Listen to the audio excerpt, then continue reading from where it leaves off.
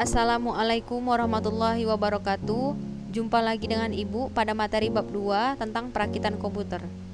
Di sini kita akan membahas pada materi awal, yaitu tentang definisi dan sistem komputer dan struktur komputer. Baiklah, langsung saja kita pelajari tentang apa itu komputer. Apa itu komputer?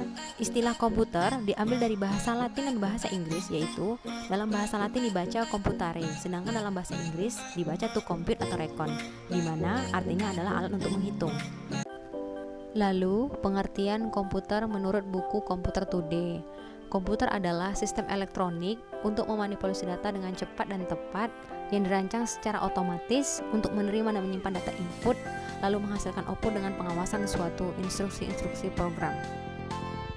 Yang kedua, menurut buku Computer Organization, komputer adalah mesin penghitung elektronik yang cepat dan menerima informasi input serta memprosesnya sesuai dengan program yang tersimpan di memori atau storage dan menghasilkan output berupa informasi.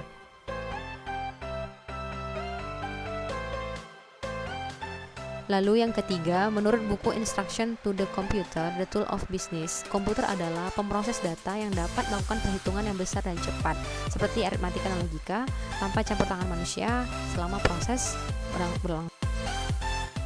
Selanjutnya, sistem komputer. Sistem adalah jaringan elemen-elemen yang saling berhubungan. Tujuan adanya sistem komputer adalah mengolah data untuk menghasilkan informasi.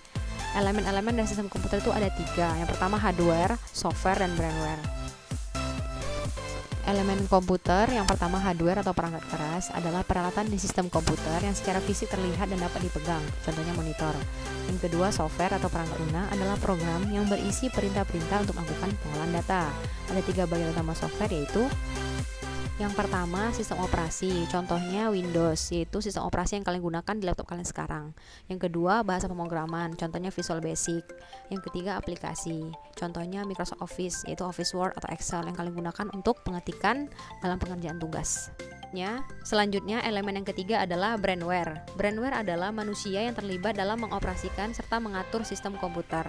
Dalam bahasa gampangnya, brainware adalah pengguna atau user dalam sistem komputer. Struktur komputer. Struktur komputer diartikan sebagai cara setiap komponen hardware komputer saling terhubung, mulai proses memasukkan data, mengolah data, hingga menghasilkan informasi berupa output yang diinginkan oleh pengguna.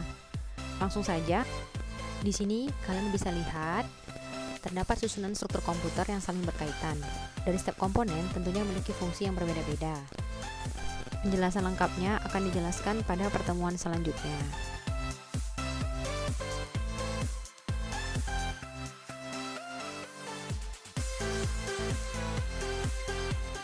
Baiklah, ini tugasnya.